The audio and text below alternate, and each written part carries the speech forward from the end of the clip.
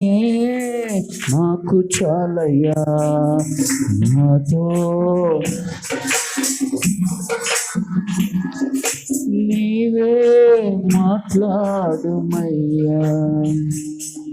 నీ వాక్యమే నన్ను బ్రతికించేది, నా బాధలలో నెమ్మదినిచ్చేది.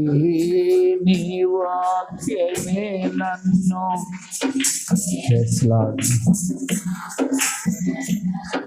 నెమ్మదినిచ్చేది. నీవు పలికితే నాకు మేలయ్యా, నీవు పలికితే నాకు మేలయ్యా. నీ దర్శనమే నాకు చాలయ్యా, నీ దర్శనమే నాకు చాలయ్యా. నాతో మాట్లాడు, నీవే మాట్లాడుమయ్యా, నాతో మాట్లాడు, నీవే మాట్లాడుమయ్యా. హల్లెలూయా. మనం దేవుణ్ణి అడిగాం, ప్రభు మనతో మాట్లాడతారు. ఏమంటే యేసుక్రీస్తు ఈ లోకానికి మరణించడానికి ఎందుకు వచ్చాడు అనే విషయం మీద మనం మాట్లాడుకుంటున్నాం. యేసుక్రీస్తు ఈ లోకానికి మరణించడానికి ఎందుకు వచ్చాడంటే, ప్రేమకు మాదిరిగా మనం ఆయనను వెంబడించినట్లు మనలను పిలుచుటకు ఆయన వచ్చారు. దేవుని స్తోత్రం. అంటే ప్రేమకు మాదిరిగా మనం ఆయనను వెంబడించినట్లు మనలను పిలుచుటకు ఆయన వచ్చాడట. దేవుని స్తోత్రం. అందుకే ఆయన ప్రేమ ఆశ్చర్యమైన ప్రేమ. హల్లెలూయా, హల్లెలూయా. 1 పేతురు పత్రిక 2వ అధ్యాయము 19 నుండి 21 వరకు చదువుకుందాం. ఏమండి, 1 పేతురు పత్రిక 2వ అధ్యాయం 19. ఎవడైనను అన్యాయముగా శ్రమ పొందుచు దేవుని గూర్చిన మనస్సాక్షి కలిగి దుఃఖము సహించిన ఎడల అది హితమగును. తప్పిదమునకై దెబ్బలు తిన్నప్పుడు మీరు సహించిన ఎడల మీకేమీ ఘనము? మేలు చేసి బాధపడినప్పుడు మీరు సహించిన ఎడల అది దేవునికి హితమగును. ఇందుకు మీరు పిలువబడతారు. క్రీస్తు కూడా మన కొరకు బాధపడి మీరు తన అడుగు జాడల యందు నడుచుకున్నట్లు మీకు మాదిరి ఉంచిపోయాను. దేవుని స్తోత్రం. చిన్న ప్రార్థన. యేసయ్యా, వాక్యం ద్వారా నాతో మాతో అందరితో మాట్లాడి మమ్మలను నీ స్వార్పులో చెక్కుకొని నీ అడుగు జాడల్లో మమ్మల్ని నడిపించండి. యేసునామమున నిలుచున్నాం తండ్రి, ఆమేన్. హల్లెలూయా. ఇక్కడ అంటాడు, ఎవడైనను అన్యాయముగా శ్రమ పొందొచ్చు దేవుని గూర్చిన మనస్సాక్షి కలిగి దుఃఖము సహిస్తే అది దేవుడికి ఏమవుతుందట?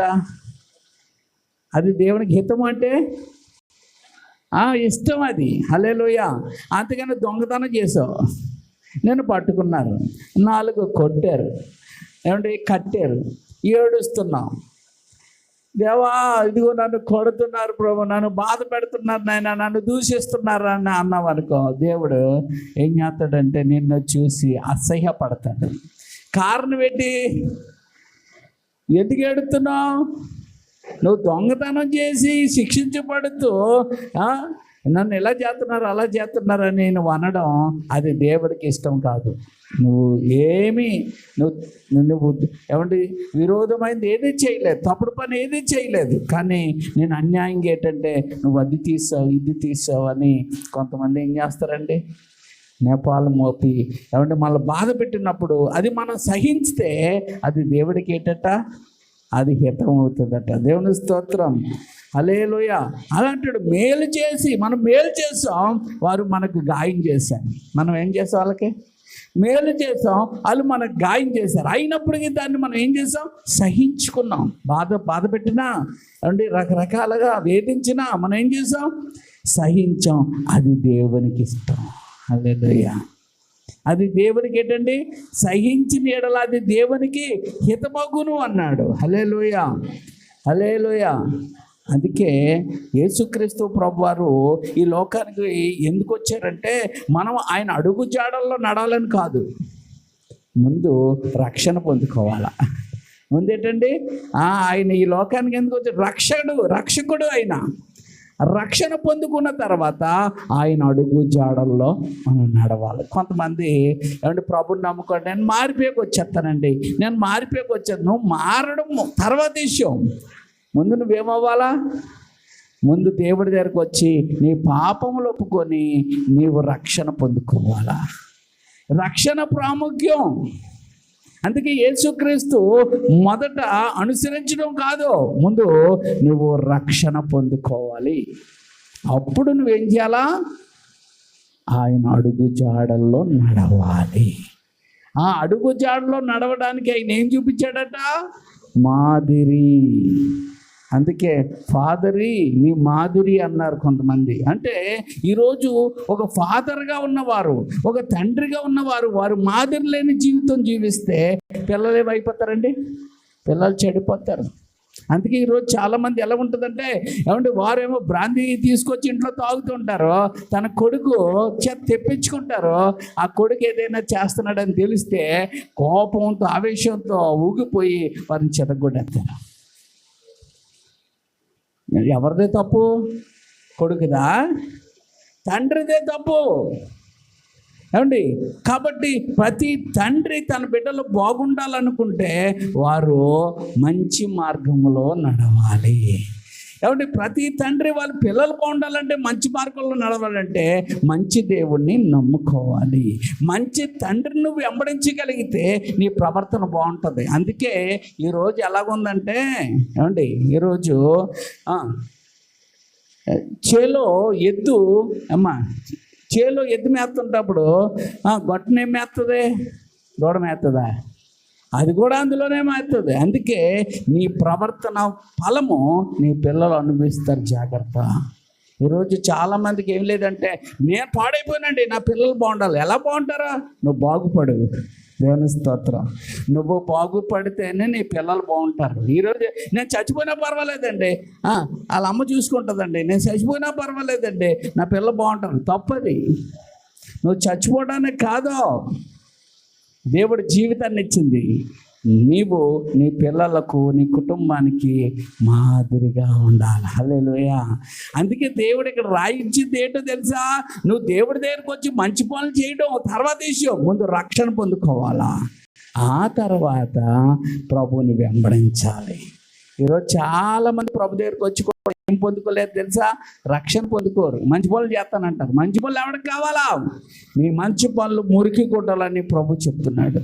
నీ మంచి పనులు ఏ పనులు ఏంటంటే ఆయన దృష్టిలో మురికొట్లు. ముందు మనకి అందరికీ కావాల్సింది ఏంటంటే రక్షణ, సాల్వేషన్. హల్లెలూయా, హల్లెలూయా. రక్షణ కావాలి. ఆ తర్వాత యేసుక్రీస్తుని అనుసరించాలి, అనుకరించాలి, అడుగు జాడల్లో నడవాలి. దేవుని స్తోత్రం. కొంతమంది రక్షణ పొందుకున్నారు, అడుగు జాడల్లో నడిచేది లేదు. మరి ఎవడి జాడ? ఆడికి ఇష్టం వచ్చినట్టు పోతాడు. నీవు రక్షణ పొందుకున్న తర్వాత నీ ఇష్టం ఉండడానికి వీల్లేదు. నా ఇష్టం కాదు, నా ప్రభు ఇష్టమని నువ్వు చెప్పగలిగితే ఆ రక్షణకి విలువ ఉంటుంది. హల్లెలూయా. ఈరోజు చాలామంది ఏంటంటే వారి ఇష్టాన్ని పెట్టుకుంటున్నారు. వారికి అర్థం అవ్వలేదు ఏంటంటే, నన్ను ఆయన రక్తముతో కొన్నాడు, నేను నా సొత్తు కాదు, నేను ఆయన సొత్తు అని వీడికి అర్థం అవ్వక వీడికి అర్థంగా తిరగడం వల్ల దేవుని ఆశీర్వాదాలు, మేలులు, దేవుడి యొక్క దీవెనలు వారి ఇంట్లో కనబడటం లేదు. కారణం ఏంటంటే వాళ్ళ ప్రవర్తన దేవునికి ఎలా లేదు?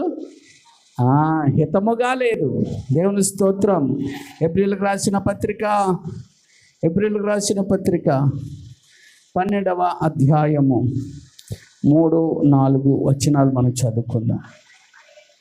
అమ్మా చదవండి.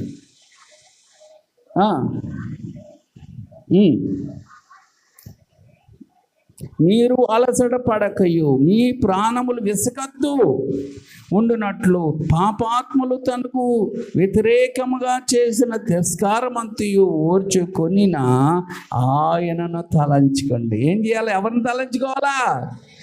మన తండ్రిని మనము తలంచుకోవాలా. ఎప్పుడు తలంచుకోవాలా?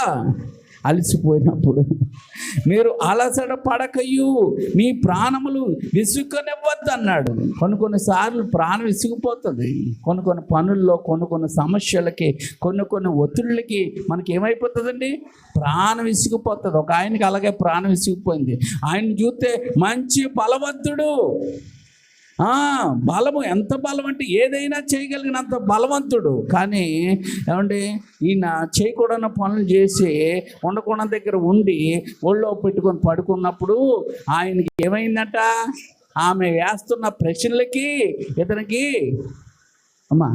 ప్రాణం విసిగిపోయిందంట. విసిగిపోయి ఏం చేశాడు, రహస్యం చెప్పేశాడు. కళ్ళు పోయి గానుగెత్తుగా మారిపోయాడు, అంటే బానిసగా మారిపోయాడు. కాబట్టి సాతాన్ని క్రియలకి మనం ఏమవ్వకూడదు, బానిసలుగా మారడానికి దేవుడు పిల్లలేదు. అందుకే అలాంటి విసుగుదల ఆయా సమస్యలు బట్టి వచ్చినప్పుడు నేను చేయవలసింది ఏంటంటే, అక్కడ అంటాడు, ఓర్చుకొనినా, ఏం చేశాడండి, తిరస్కారం అంతయు ఓర్చుకొనినా ఆయనను ఒక్కసారి తలంచుకోండి. ఆయన ఒక్కసారి నువ్వు తలంచుకోగలిగితే ఏమండి, ఏముంటావంటే నిబ్రమ కలిగిన వాడిగా మారిపోతావు. దేవుని స్తోత్రం, హల్లెలూయా. తలంచుకోండి. మీరు పాపముతో పోరాడుట్లో రక్తము కారునంతగా ఇంకా దానిని అనగా సాతానుని ఎదిరించట్లేదు. రక్తము కారునంతగా ఎదిరించారా మీరు? ఎదిరించలేదు. కాబట్టి అవి ఏమి శ్రమలండి. అందుకే శ్రమలు, ఇరుకులు, ఇబ్బందులు, అవమానాలు వచ్చినప్పుడు మన ప్రభుని తలంచుకోగలగాలి. ప్రభు చేసిన త్యాగాన్ని మనము తలంచుకోవాలి. మీకు ఒక విషయం తెలుసా, కాబట్టి చాలామంది ప్రభువా నీకులా నేను సిలువేయించుకుంటానని సిలువేయించుకుంటారు. ఫిలిపిన్ దేశాల్లో కొరడాలతో కొట్టించుకుంటారు, రకరకాలు చేస్తారు. నువ్వు ఎన్ని కొట్టించుకున్నా, ఎన్ని రకాల మేకలు దగ్గట్టించుకున్నా కానీ ప్రభువు చేసిన త్యాగానికి ఎవరికి సరిపోదు అది. కాబట్టి ఆ త్యాగం అది ప్రత్యేకమైంది. దాన్ని నువ్వు చెయ్యాలన్నది నీది, ఆయన చిత్తం కాదు. అది నీ కొరకు నా కొరకు ఆయన చేశాడు. ఆయన లాంటి ఆ త్యాగం ఎవ్వరూ చేయలేరు.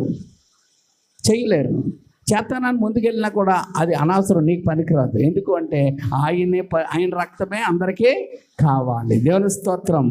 ఆయన రక్తమే పరిశుద్ధమైన రక్తం. హల్లెలూయా.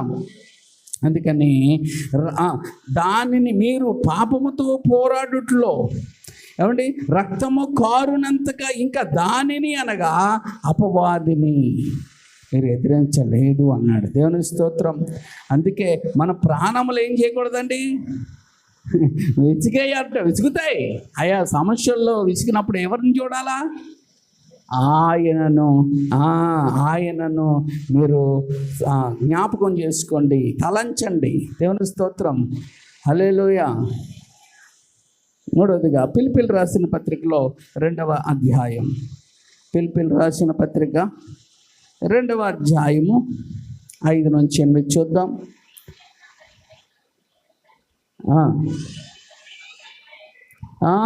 క్రీస్తు యేసుకు కలిగిన ఈ మనసు మీరు కలిగి ఉండండి అని వాక్యం చెప్తుంది. నేను ఏమవ్వాలా, యేసుప్రభుని నమ్ముకున్నాక ఆయన అనుసరించడం, ఆయన వెంబడించడమే కాదు, ఆయన మనసు మళ్ళకు వచ్చేయాలా. దేవుని స్తోత్రం. ఆయన మనసుతో మనం నింపబడాలా. హల్లెలూయా. అందుకే మనసును మీరు కలిగి ఉండండి అని వాక్యం చెప్తుంది. ఆయన దేవుని స్వరూపం కలిగి ఉండి దేవునితో సమానంగా ఉండుట విడిచిపెట్టకూడదని భాగ్యమని ఎంచుకోలేదు, కానీ మనుషుల పోలిక పుట్టి దాసుని స్వరూపం ధరించుకుని తను తానే రిక్తుడిగా చేసుకుని ఆయన ఆకారమందు మనుషుడిగా కనబడి మరణం పొందినంతగా, అనగా శిలువ మరణం పొందినంతగా అది తగ్గించుకున్నాడు. అందుకే ఏ విషయంలోనూ కూడా, ఏ విషయంలో ఎవరు హెచ్చించుకోకూడదు. ఆ తగ్గింపును మనం నేర్చుకోగలిగితే హెచ్చింపును ప్రభు మనకి ఇస్తారు. హల్లెలూయా, హల్లెలూయా. దేవుని స్తోత్రం. అందుకే తగ్గింపు మనకు హెచ్చింపును దయచేస్తుంది. దేవుని స్తోత్రం, హల్లెలూయా. అందుకే యేసుక్రీస్తు సిలువ, నేను సిలువ మరణం నేను పొందుతాను, సిలువలో గాయాలు పొందుతాను, సిలువ మోసినట్టుగా నేను మోస్తానని చేయడం అది అజ్ఞానము. మరి ఆయన మనల్ని ఏం చేయమంటున్నాడు, నా ప్రేమను మీరు వెంబడించండి. ఏం చేయాలా? నా ప్రేమను మీలో చూపించండి, అది నేర్చుకోండి మీరు అన్నాడు. హల్లెలూయా. అంటే ఆయన ప్రేమను చూపించడం అంటే ఏంటి అమ్మా?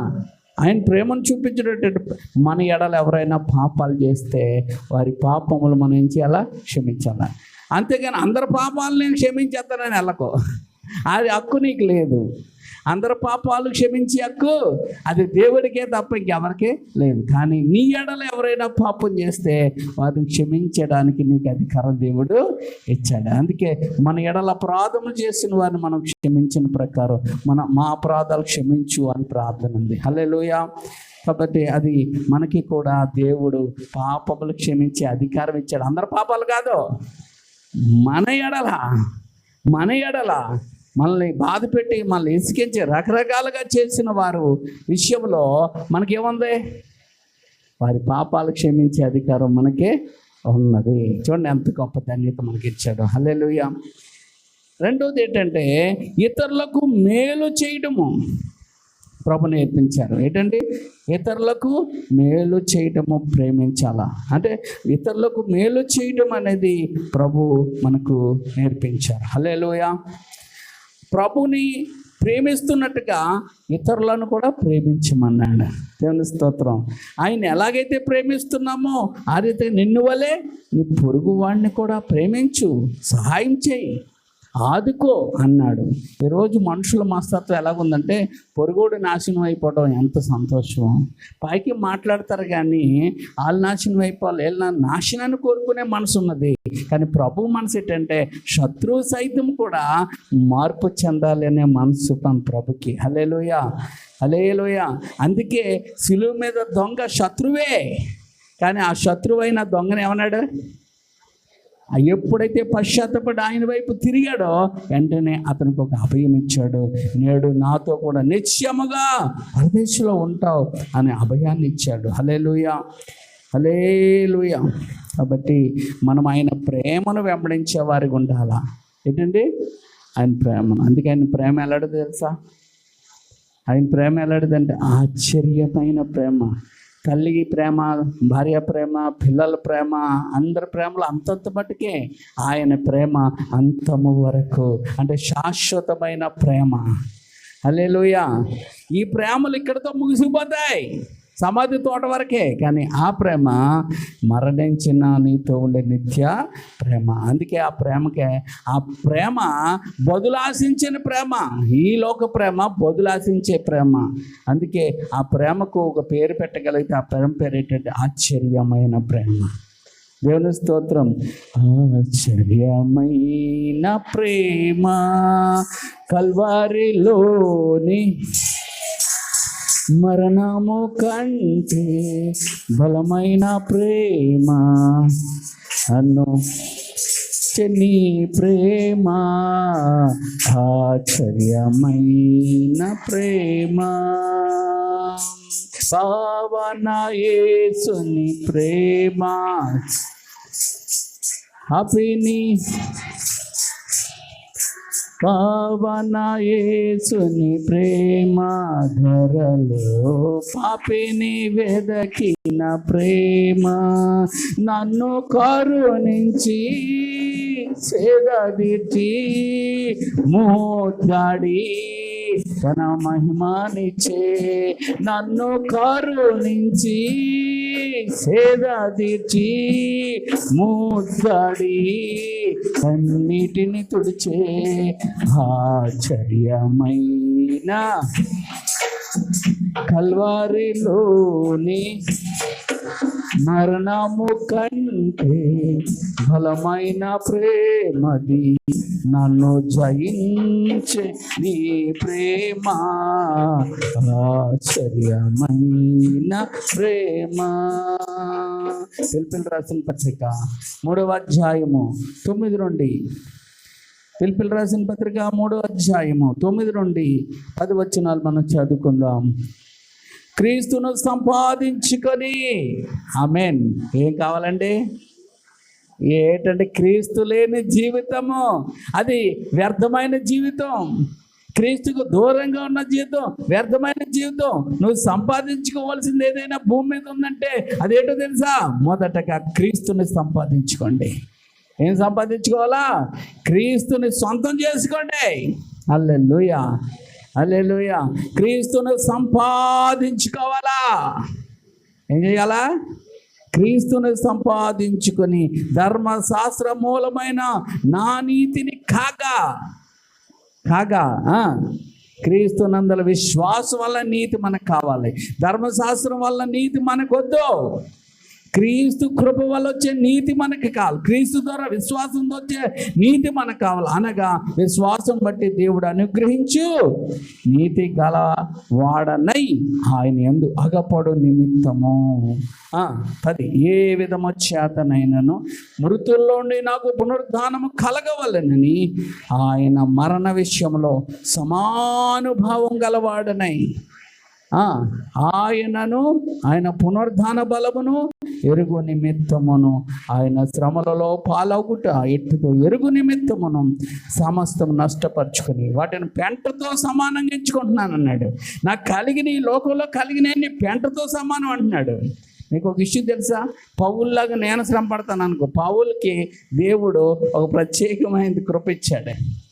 నీకు ఎన్ని శ్రమలు, నా సంఘాన్ని నువ్వు ఎంత హింసిస్తున్నావో సౌలా, నీకు అన్ని శ్రమలు నేను చూపిస్తాను అన్నాడు. అందుకనే పౌలు లాంటి శ్రమలు నాకు వచ్చాయి అనద్దు. పౌలు వచ్చిన శ్రమలు అలాంటివి కాదు.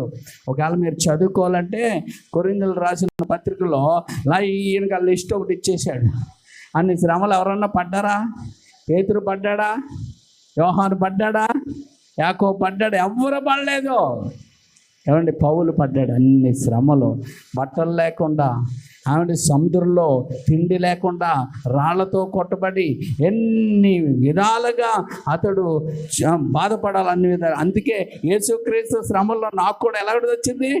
సమానుభవాన్ని ఆయనే చెప్పగలడు, మనకు కాదు. అది దేవుని స్తోత్రం. హల్లెలూయా. అయితే మనం ఏం చేయాలంటే అవమానం, నిందలు, ఇరుకులు, ఇబ్బందులు, బాధలు ఏమంటే ఇవన్నీ కూడా మనం సహించాలి. ఎందుకు అంటే అది గొప్ప భాగ్యం. క్రీస్తు నిమిత్తము అంటే ఏప్రిల్ రాసిన పత్రికల్లో 11వ అధ్యాయంలో ఆ మాటలు, మోషే విషయంలో చెప్పబడిన మాటలు అవి మనకు సంబంధించినట్లుగా ఉంటాయి.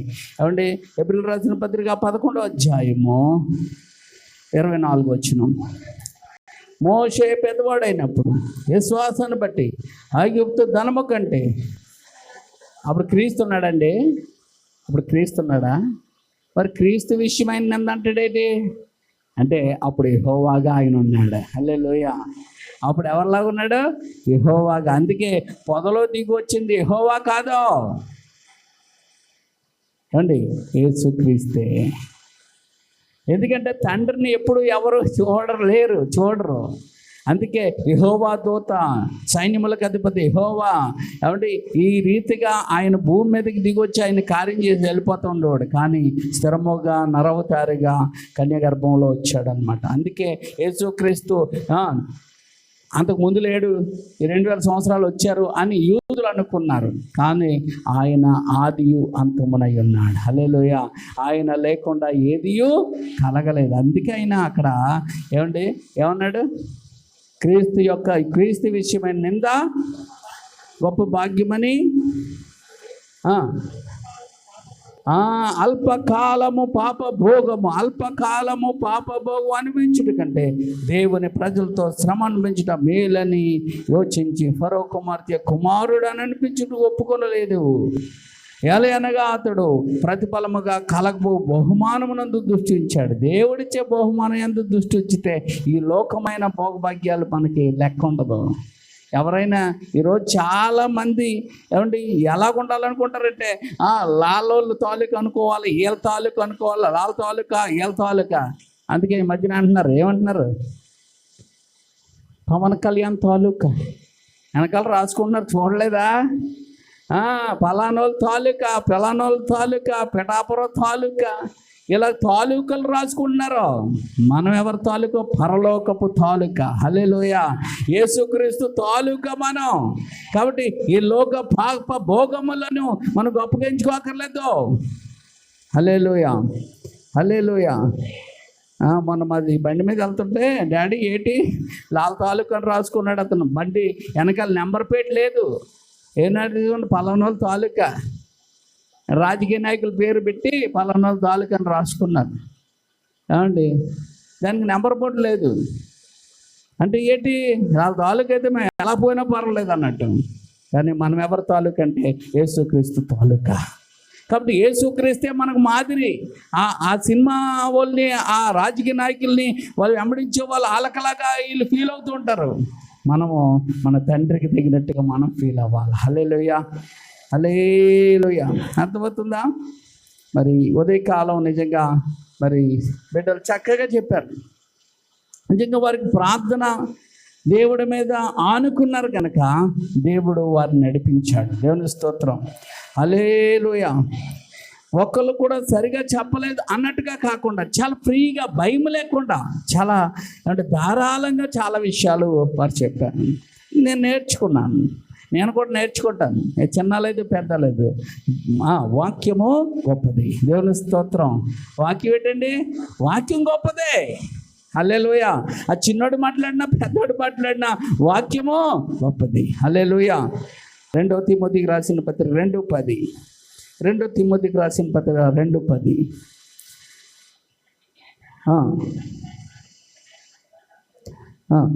ఏర్పరచబడిన వారు, అందుకే మనం ఏర్పరచబడిన గుంపు.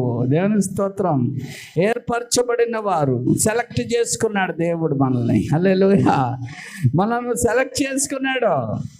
ఏమండి, మనం ముందుకు రావడంతో మనల్ని ఆయన సెలెక్ట్ చేసుకున్నాడు. నిత్యమైన మహిమతో కూడా క్రీస్తు యేసునందలి రక్షణ పొందవలనని నేను వారి కొరకు సమస్తము ఏం చేస్తున్నాడు? ఓర్చుకుంటున్నాడు.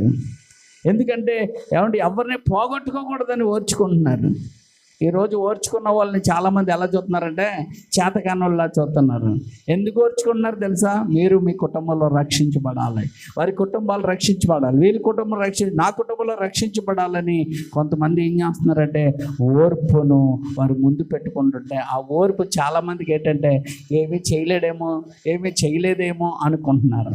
కాబట్టి ఓర్పు అనేది దేవుని దృష్టిలో చాలా గొప్పది. హల్లెలూయా. కాబట్టి ఓర్పు ఎందుకు అంటే అనేక మంది రక్షణ పొందాలని. దేవుని స్తోత్రం, హల్లెలూయా. ఏమంటే ఈరోజు అనేక మంది చెలరేకపోతున్నారు. మనకు నోరు లేదా, మన చేతులు లేవా, కానీ మనం ఏం చేసుకుంటున్నాం అంటే ఓర్చుకుంటున్నాం. మనకు ప్రభువు నేర్పినది అది ఓర్చుకుంటున్నాం. కాబట్టి ఆయన ప్రేమను మనం వెల్లడి చేస్తా ఉన్నాం. హల్లెలూయా. ఏంట్రయ్యల్ని ఎన్నయ్యలకి సిగ్గులేదా అని అంటే అప్పుడు వాళ్ళు ఆలోచించడం ద్వారా ఏమంటే వాళ్ళు రక్షించబడిన ఒక రోజు చెప్పుకుంటారు, వీళ్ళు ఎన్ని మాట్లాడే వాళ్ళమో వీళ్ళు ఏం చేసి ఓర్చుకున్నారు. ఆ ఓర్పు మాకు రక్షణను తీసుకొచ్చింది. హల్లెలూయా. అందుకే ఓర్చుకున్న వాళ్ళు, పడ్డ వాళ్ళు, ఏమండి అవమానించబడిన వాళ్ళు, వారికి దేవుడు గొప్ప ఆధిక్యత దేవుడు పరలోకంలో ఇస్తాడు. ఎందుకంటే అది ఆయనకు హితము. అన్యాయంకై దెబ్బలు తిన్నాం, అదేంటి? అన్యాయంగా దెబ్బలు తింటే అది హితం అవుతుంది. కానీ మన దొంగతనాలు చేసి, చెడ్డ పనులు చేసి, రకరకాలు చేసి మనము దెబ్బలు తిన్నా, ఏం చేసినా అది హితమో కాదనమాట. అందుకే క్రీస్తు కొరకు మనం శ్రమ పడితే, అది దేవుని కొరకు మనం శ్రమ పడితే అది మనకు మంచి బహుమానాలు తీసుకొస్తుందని ఎరిగి క్రీస్తు కొరకు శ్రమ పడడానికి మనం వెనుకడుగు వేయద్దు. ఆయన కొరకు ముందుకెళ్దాం. అందుకే ఆయన కలిగిన మనసును మనం కలుకుందాం. ఆయన అడుగు జాడల్లో ముందుకు సాగిపోదాం. అప్పుడు ఆయన ప్రేమతో మనం ముద్రించబడి ఆయన సాక్షులుగా వాడబడగలం. హల్లెలూయా. అటు కృప నీకు నాకు మనందరికీ ఆ దేవదేవుడు దయచేయనుగాక. ఆమేన్. ప్రార్థన చేసుకుందాం. ప్రభువా, నీకు వందనాలయ్యా, నీకే ఘనత అయ్యా, నీకే ప్రభావం నాయనా. నువ్వు ఎంత మంచి దేవుడు నాయనా. నీకంటే గొప్ప వారు ఎవ్వరూ లేరు ప్రభువా.